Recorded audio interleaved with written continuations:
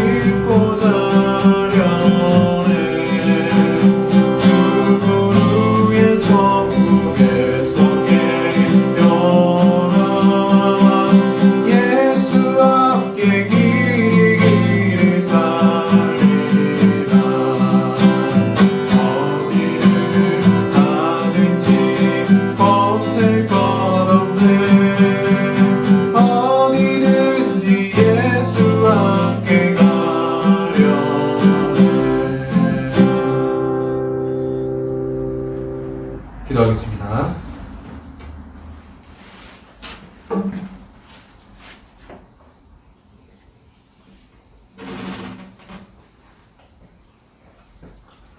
고마고 감사하신 아버지 하나님, 한 주간의 삶을 뒤돌아볼 때에 하나님의 인도하심과 동행하심이 없었다면 우리는 하루도 그 한 시간도 살 수 없었음을 아버지 앞에 고백합니다.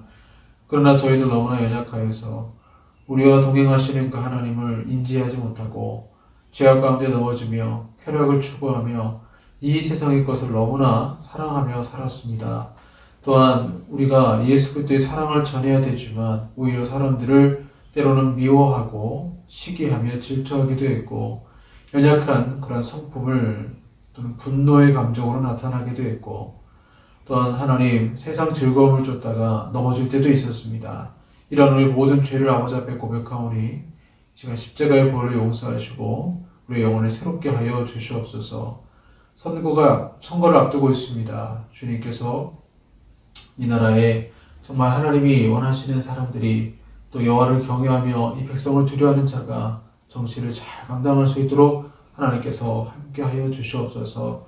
저 우크라이나에 아직도 전쟁이 있고 어려움이 있습니다. 그러나 하나님은 섭리하시고 역사하심을 주 믿사오니 아버지께서 역사하시고 고통 가운데 있는 우크라이나 백성을 주님이 기억하사 하루속히 그 땅 가운데 놀라운 샬롬, 평화가 임할 수 있도록 주여 역사하여 주시옵소서. 주님이 오늘도 이 말씀 가운데 찾아와 주시고 역사하심을 주여 믿습니다. 특별히 하나님께서 말씀 가운데 우리의 믿음을 성숙시켜 주시고 믿음이 무엇인지 알게 하시고 지금 주님만 바라보며 주의 음성 듣는 귀한 시간이 되게 하여 주시옵소서. 주님께서 이 시간도 우리 가운데 임재하시고 역사하여 줄 것을 믿사오며 이 모든 말씀 우리 주 예수 그리스도의 이름으로 기도하옵나이다. 아멘. 성경 말씀 신명기 7장 6절에서 11절까지 말씀입니다. 신명기 7장 6절에서 11절까지 말씀입니다. 신명기 7장 6절에서 11절까지 말씀, 제가 가진 성경 구약 273쪽입니다. 제가 봉독하겠습니다. 너는 여호와 내 하나님의 성민이라. 내 하나님 여호와께서 지상 만민 중에서 너를 자기 기업의 백성으로 택하셨나니 여호와께서 너희를 기뻐하시고 너희를 택하심은 너희가 다른 민족보다 수요가 많기 때문이 아니니라. 너희는 오히려 모든 민족 중에 가장 적으니라. 여호와께서 다만 너희를 사랑하심으로 말미암아 또는 너희의 조상들에게 하신 맹세를 지키려 하심으로 말미암아 자기의 권능의 손으로 너희를 인도하여 내시되 너희를 그 종되었던 집에서 애굽 왕 바로의 손에서 속량하셨나니 그런즉 너는 알라. 오직 내 하나님 여호와는 하나님이시요 신실하신 하나님이시라. 그를 사랑하고 그의 계명을 지키는 자에게는 천대까지 그의 언약을 이행하시며 인애를 베푸시되 그를 미워하는 자에게는 당장에 보응하여 멸하시나니 여호와는 자기를 미워하는 자에게 지체하지 아니하시고 당장에 그에게 보응하시느니라. 그런즉 너는 오늘 내가 내게 명하는 명령과 규례와 법도를 지켜 행할지니라. 아멘. 네, 오늘은 당신 나 믿어? 라는 제목으로 말씀 전하도록 하겠습니다. 어느 날 교회 기도회에서 사명 찬양을 부르고요. 저도 아내도 참 찬양하면서 큰 은혜를 받았습니다. 그리고 카톡으로 험한 산도 나는 괜찮소, 바다 끝이라도 나는 괜찮소. 제가 어떤 사명의 길을 가든지 함께 하겠다라고 아내가 저에게 카톡으로 문자를 남겼습니다. 뜬금없이 날아왔어요. 그런데 막상 제가 편한 길을 버리고 험한 길을 가려고 할 때 아내가 반대를 했습니다. 저는 그때 말했죠. 당신이 분명 그때 험한 산도 괜찮고 바다 끝이라도 괜찮다며 사실 이 현실이라는 문제 앞에서 사명의 길을 갈 때 순순히 그 길을 같이 간다는 건 사실 쉽지가 않죠. 여러분 남편을 믿으십니까? 남편이 나만 믿고 따라와 말하면 따를 수 있습니까? 이게 참 쉽지가 않습니다. 제 아내가 찬양의 은혜 받아서 어디든 함께 하겠다고 했지만 막막한 현실 앞에서는 힘든 길을 제가 선택하려고 할 때 같이 그 길을 동행한다라는 것은 사실 결코 쉬운 것이 아니죠. 그 말은요, 아내가 동행하기를 주저하는 이유는 사람은 믿을 만한 대상이 못 되기 때문에 그렇습니다. 또 제 자신도 제가 연약하다는 것을 알고 있습니다. 우리의 인생이라는 것이 언제 어떻게 넘어질지 알 수가 없잖아요. 그러한 것을 또 여러 번 경험하다 보면 과연 내가 남편을 믿고 따라갈 수 있을까 쉽게 말하기가 어려운 것이죠. 사람은요, 잘 아시는 것처럼 믿음의 대상이 아니라 사랑의 대상입니다. 아마 우리나라에 전 세계적으로 남편을 100% 신뢰하는 여성은 거의 없을 것입니다. 성경 보시면 아브라함의 아내가 일찍 죽지 않아요? 남편보다 먼저 죽게 되는데 저는 사라가 남편보다 먼저 죽은 이유가 하도 남편이 속을 썩여서 그렇다라고 생각을 해요. 아브라함이 믿음의 조상이라고 하지만 애굽으로 내려갔을 때 아내에게 평생 씻을 수 없는 상처를 줍니다. 아브라함이 내 목숨이 소중하니까 내가 죽을 수도 있으니까 사람들이 당신이 누구냐고 물으면 실제로 누이 동생이기도 하지만 내가 내 누이 동생이라고 하겠소. 자기 살자고 아내라고 부르지 못했던 것입니다. 심지어는 애굽 왕에게 아내를 뺏겼어요. 사라를 뺏겨도 가만히 있어요. 이 얼마나 비겁한 남자의 모습입니까? 그런 가운데 하나님이 개입하셔서 아브라함과 사라를 지켜주시죠. 하나님이 아이를 낳을 수 없는 상태에 있는 사라에게 자녀를 약속하십니다. 그런데 약속이 더디 이루어지니까 이번에는 사라가 후사를 이룰 수 있도록 자신의 여종 하갈을 통해 자녀를 낳으라고 합니다. 그러면 믿음의 조상이라면 이렇게 반응을 해야죠. 아니요, 나는 당신을 사랑하고 당신을 통해 자녀를 약속하셨으니 기다리겠소. 사라가 하갈을 주겠다는 것은 지금 남편을 테스트하는 거죠. 사라는 남편이 아직도 자신을 사랑하는지 알고 싶었고 내심 그의 마음속에는 남편이 노라고 말하기를 바랬습니다. 근데 여러분 참 남자는 결정적일 때 단순하죠. 여자가 시키면 생각하지 않고 그냥 행동합니다. 그 여성의 숨은 뜻을 모르고 행동할 때가 있어요. 아브라함이 너무나 쉽게 기다렸던 듯이 알겠소 하고는 불화의 씨앗인 이스마엘을 낳고 맙니다. 이렇게 평생 씻을 수 없는 상처를 남긴 아브라함이 이번에는 사라와 상의도 없이 일을 저지릅니다. 바로 아들 이삭을 제물로 바치는 것입니다. 여러분 이런 남편을 믿을 수 있나요? 어떻게 보면 이런 남편을 못 믿는 것이 정상일 수도 있습니다. 사고도 많이 치고 기분 파해 약속도 어기는데 어떤 아내가 남편이 여보 나 믿지 말하면 저는 당신을 믿어요. 조선시대도 아니고 뭐 그렇게 따르겠어요. 자 여러분 이 남편을 하나님으로 바꿔보겠습니다. 남편과 하나님의 차이는 극명합니다. 바로 하나님은 약속하시고 반드시 그 약속을 이루신다라는 것입니다. 우리가 지금까지 믿음에 대해서 말씀을 나누고 있는데요. 절대 잊지 말아야 할 것이 하나님은 인격적으로 대화하신다는 것입니다. 인격적인 방식으로 대화하시고 역사하시기 때문에 믿음도 인격적인 방식으로 이해해야 됩니다. 믿음이 없이는 하나님을 기쁘시게 하지 못하나니 이 말씀 잘못 해석해서 내가 하나님을 기쁘시게 하면 나의 기도가 응답될 거라는 이 기복주의 신앙에 빠질 수 있다 했어요. 그래서 하나님이 주시는 최고의 상급은 저 천국의 상급이 있고 또 이 땅에서는 하나님과 동행이라는 놀라운 축복이 있죠. 그런데 사람들은 하나님을 기쁘시게 하면 마치 자판기처럼 때로는 TV 리모컨처럼 확실한 보상, 물질, 명예로 상을 생각합니다. 이는 믿음이 아니라 주술입니다. 주술. 의외로 많은 크리스찬들이 하나님을 주술적 관계로 이해합니다. 오늘 본문 말씀도 마찬가지죠. 신명의 말씀 드디어 광야 40년 생활을 마치고 가나안 땅 앞에 설 수 있게 됩니다. 그 가나안 땅 들어가는 것을 앞두고 모세가 고별설교를 하는 것이죠. 이스라엘아 너희가 복받을 짓을 해서가 아니라 하나님이 이스라엘 백성의 선조들에게 약속하신 것을 지키기 위해서 하나님은 여기까지 우리를 인도하셨다 말하고 있죠.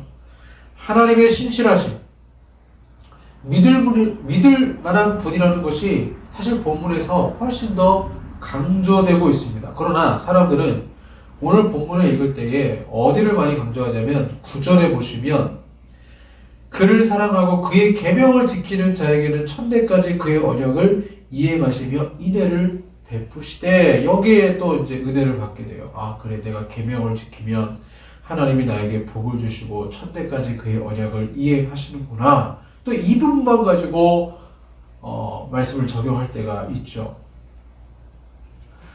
그러나 오늘 본문에서 강조해야 될 것은 이 부분보다 하나님의 신실하신 하나님은 믿을 만한 분이라는 것이 강조되어야 됩니다.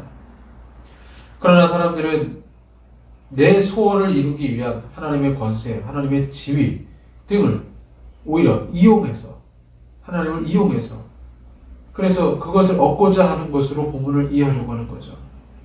하나님이 우리에게 무엇을 설명하고 무엇을 납득시키며 그래서 우리에게 무엇을 반응시키려고 하는지에 대해서는 거의 외면하고 있습니다.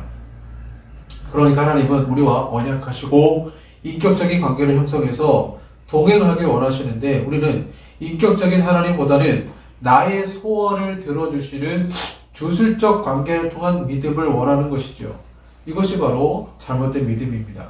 그래서 하나님이 우리에게 찾아오셔서 무엇을 우리에게 가르치려고 하는가에 대한 이해가 없으며 하나님이 그 일을 위하여 어떻게 진심과 성실함과 노력을 동원하고 있는가에 대해서도 관심이 없는 거예요. 하나님을 알아가는 것에 목적이 있는 것이 아니라 선물의 목적이 있다라는 거죠. 남녀가 결혼을 약속합니다. 요즘 드라마 중에 가장 먼저 결혼하면 선물을 주겠다는 부모의 약속에 목숨 걸고 먼저 결혼하려고 하는 내용도 있더라고요. 행복한 결혼은 단순합니다. 사랑 아니겠습니까? 그럼 이 하나님과의 관계 속에서 믿음의 관계에서 우리에게 원하시는 것이 무엇일까요? 나의 신앙이 주술적인 것이 아니라 정말 하나님의 기뻐하시는 믿음이란 증거가 무엇일까요? 그것을 알기 위해서는 저는 오늘 본문 말씀을 통해서 두 가지의 의문이 해결해야 된다고 생각해요. 첫 번째는 하나님이 나를 왜 선택하셨는가입니다. 6절 보시면 너는 여호와 내 하나님의 성민이라 내 하나님 여호와께서 지상 만민 중에서 너를 자기 기업의 백성으로 택하셨나니. 하나님은 지상 만민 중에서 다른 민족을 택할 수도 있었지만 유독 이스라엘을 택하셨다라고 나옵니다. 사람이 무언가를 택할 때는 다 이유가 있습니다. 물건을 살 때도 이유가 있고 점심 먹을 메뉴를 고를 때도 이유가 있습니다. 이유 없이 선택하지는 않아요. 이스라엘은 절대로 교만하면 안 됩니다. 그들이 교만하여 타락하게 된 원인 중에 하나가 바로 선민의식, 하나님이 유대인을 택했다라는 거죠. 그러나 하나님이 택한 이유를 알게 된다면 교만이 아니라 오히려 겸손해질 수밖에 없습니다. 7절을 보시면 여호와께서 너희를 기뻐하시고 너희를 택하심은 너희가 다른 민족보다 수요가 많기 때문이 아니니라. 너희는 오히려 모든 민족 중에 가장 적으니라. 반전이 일어납니다. 하나님이 이스라엘을 택하신 것은 가장 약하기 때문이었어요. 그 말은 택함받을 조건이 전혀 없다라는 거예요. 택함받을 조건도 없고 가능성도 없고 사랑받지도 못하고 연약한 사람을 하나님이 택하신 것입니다. 우리가 왜 택함을 받았습니까? 사실 우리의 있는 모습 그대로의 모습은 죄인이에요. 사랑할 조건이 전혀 없습니다. 선택받을 만한 이유도 없어요. 그런데 약한 우리를 하나님이 택하셨습니다. 이유가 뭘까요? 이유가 없어요. 우리는 이를 칼빈의 5대 교리에서 하나님의 무조건적인 선택이라고 말합니다. 그냥 선택하신 것이 아니에요. 그러니까 그냥 어떤 조건이 있어서 선택하신 것이 아니라 잘나지도 못했고 능력도 없고 때로는 주님을 배신하고 배반했을지도 모르죠. 우리 그런 연약한 사람들이죠. 그런데 하나님은 그냥 무조건적인 선택, 우리를 그냥 사랑하셔서 선택하신 것입니다.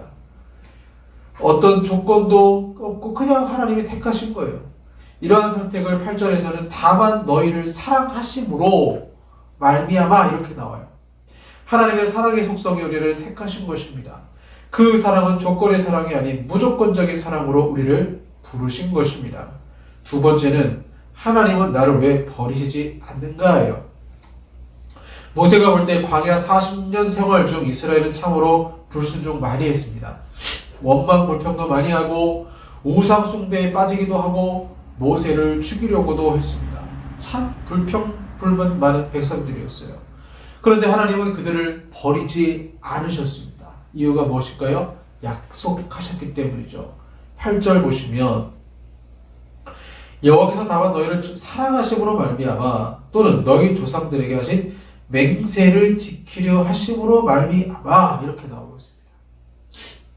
사랑하시고 그 다음에 약속하신 것을 지키기 위해서 끝까지 인도하셨다라는 거죠. 아브라함, 이삭, 야곱과 약속하신 하나님이 그 약속을 이루시기 위해서 하나님은 저들을 버리지 않았습니다. 저들이 불순종해도 약속 때문에 이끄시는 것입니다. 창세기를 보시면 가나안 땅에 기근이 있을 때에 이삭은 무려 한 해 100배의 수확물을 얻었다고 나와요. 이삭이 복받은 이유가 성경에 나오는데 바로 이삭의 아버지 아브라함의 기도 때문입니다.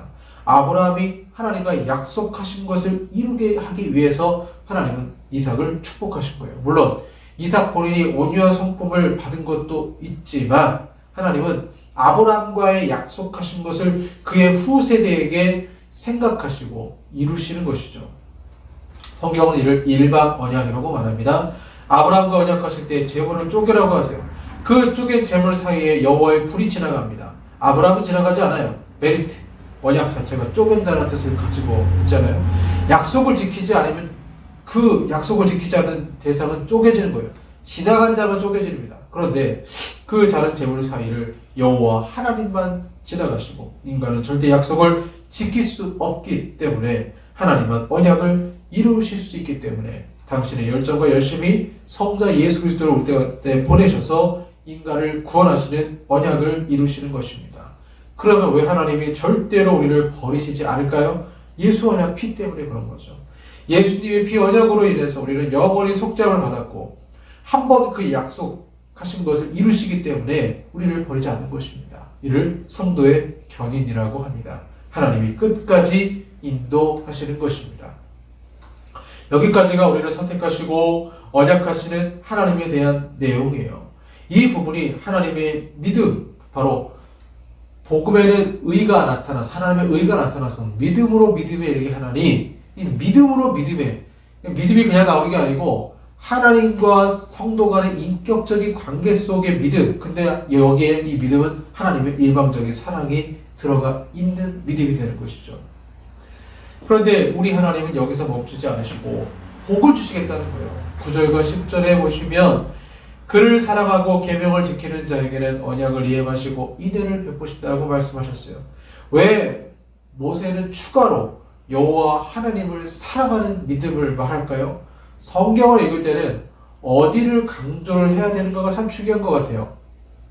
많은 분들이 본문을 읽을 때 어디를 강조하냐면 9절 그의 계명을 지키는 자에게는 천대까지 그의 언약을 이행하시며 인애를 베푸시되 여기를 강조해요.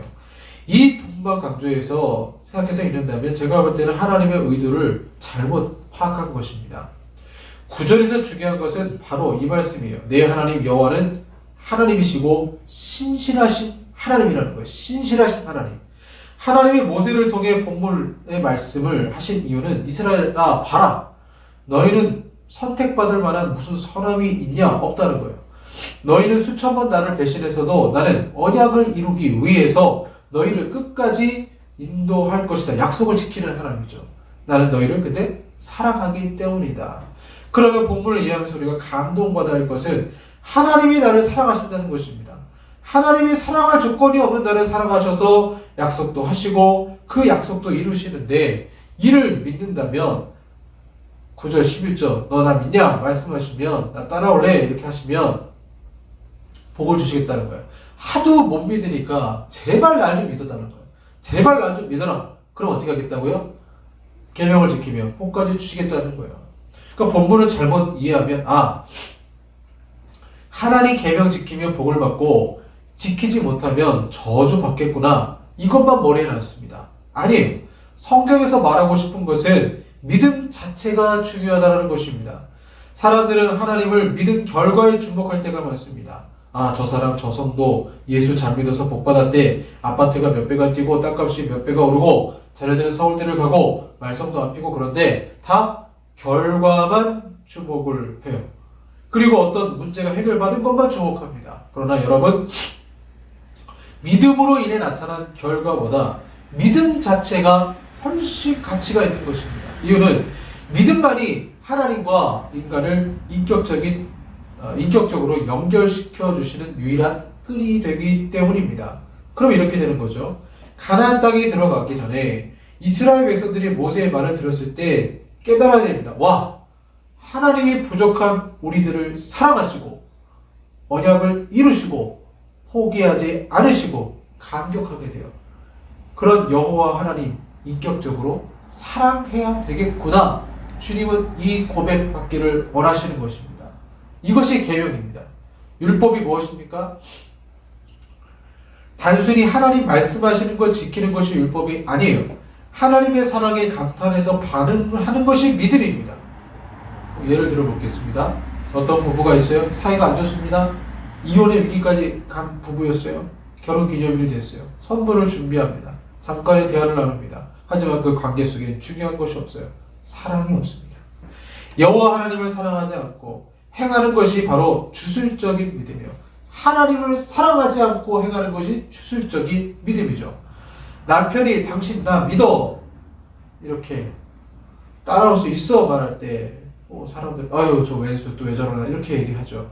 남편을 못 믿기 때문에 그래요. 하지만 여호와 하나님의 사랑을 알고 하나님이 나랑 같이 동행하겠느냐 물으시면 우리도 어떻게 됩니까? 사랑으로 따라가겠습니다. 이것이 바로 진짜 인격적인 믿음이죠. 사랑해서 새벽 기도하고 사랑해서 예배드리고 사랑해서 말씀 읽고 사랑해서 전도합니다. 그랬더니 그 사랑으로 나도 모르게 여호와의 말씀에 순종하고 있었던 것이고 이 땅에서도 내가 복을 받게 된 것이죠. 이 땅에서 내가 복 받는 것이 중요한 것이 아니라 본문에서는 하나님이 이렇게 너희를 사랑하시고 언약을 이루시기 위해서 이렇게 인도했는데 이스라엘아 너 여호와 하나님 사랑해야 되지 않겠냐. 하도 너희가 여호와 하나님 사랑하지 않아서 천대까지 복을 주겠다고 하는데 너희 나 사랑해야 되지 않겠냐. 이걸 말씀하시는 거예요.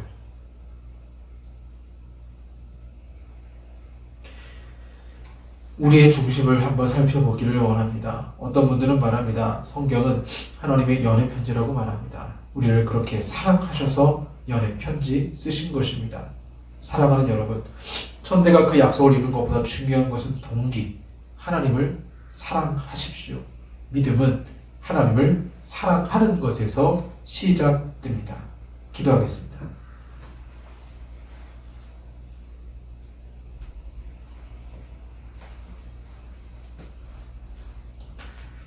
하나님, 오늘 신명기 말씀을 통하여서 하나님이 얼마나 위대하시고 얼마나 우리를 사랑하시고 약한 자를 들어쓰시는지를 살펴보게 됩니다.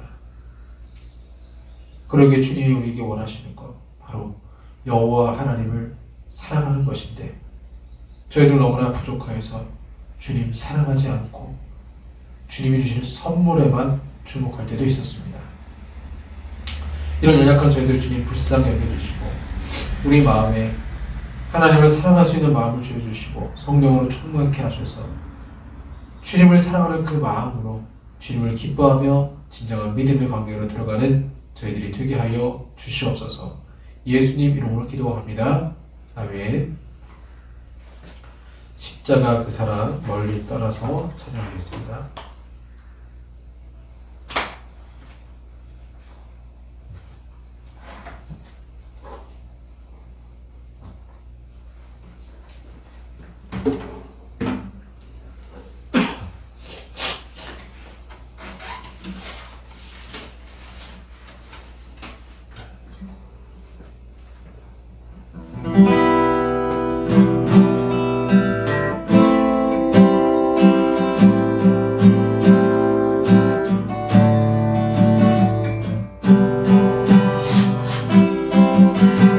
십자가 그 사랑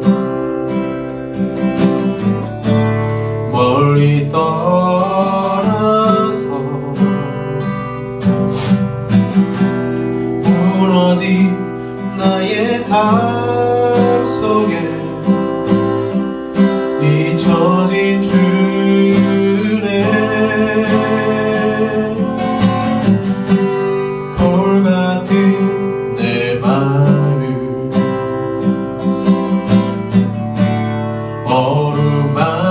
어루만지사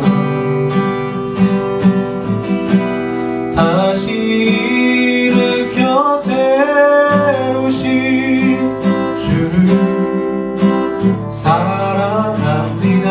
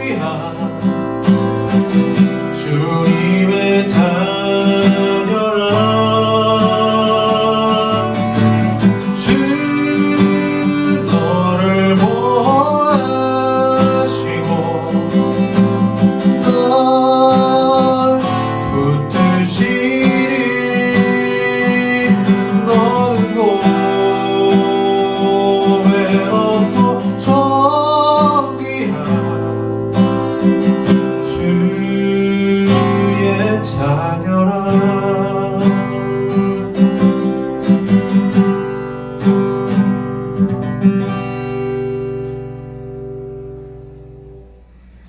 기도하겠습니다.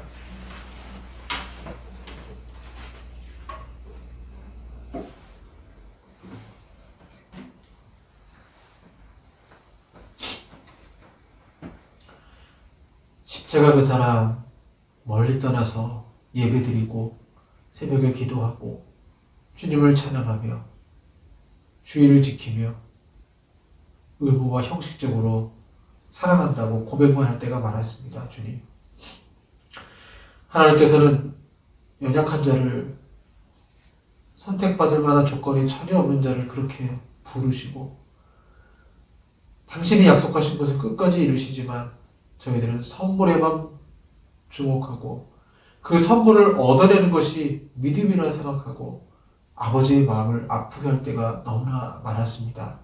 믿음 그 자체, 우리를 사랑하신다는 그 믿음 자체를 잊지 않고 우리가 최고로 화답할 수 있는 사랑으로 아버지께 영광 돌리기를 원합니다. 오늘도 주님을 사랑함으로 예배드리고 사랑함으로 예물드리며 우리의 기도를 드리며 우리의 마음을 드립니다. 주님께서 기뻐하시고 성령 충만 주시고 병을 치유하시고 기도가 응답되는 귀한 은혜 역사 있게 하려 주시옵소서. 지금은 우리 구주 예수 그리스도의 은혜와 성부 하나님의 사랑하심과 성령 하나님의 교제교통 역사하심이 여호와를 사랑함으로 믿음으로 살아가기 원하는 우리 사랑하는 성도들과 한국 교회 위에 영원토록 함께 있을지어다. 아멘.